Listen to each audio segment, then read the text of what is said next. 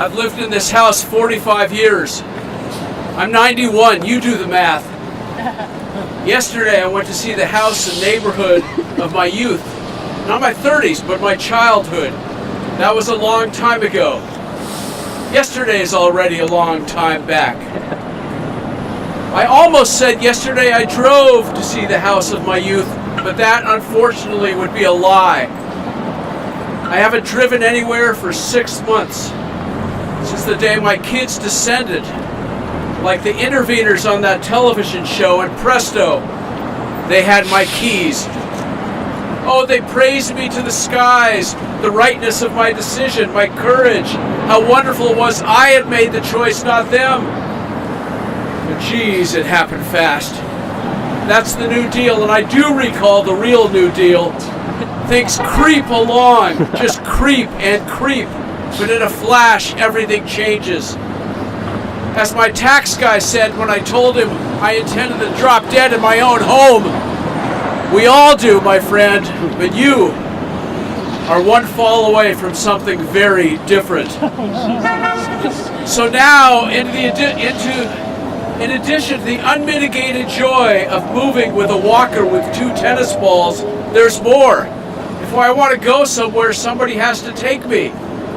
I've been driving for 75 years. Try stopping that on the dime. It is not easy.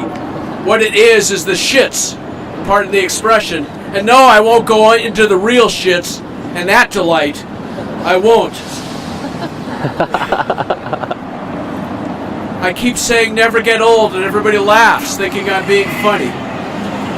But I want to tell you about that trip yesterday.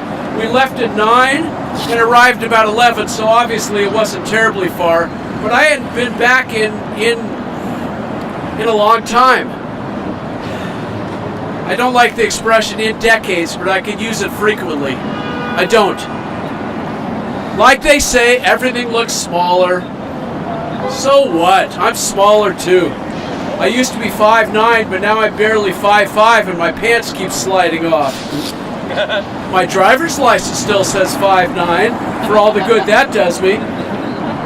Like they say, everything looks smaller. We got there. My son driving his silent Prius, me in the suicide seat, and he parked in front of a house. This is it, right, Dad? He had a Google printout and a GPS thing, so I said yes. Maybe it was. Doesn't make any difference. You just do what they say and say what they want. It's easier. I'm sure I slept all the way home, probably most of the way up there. I know I missed the bridge in both directions. I remember crossing the bay for years from a different house when I worked in the city. I remember driving my car onto the morning ferry, coffee on the way over, 2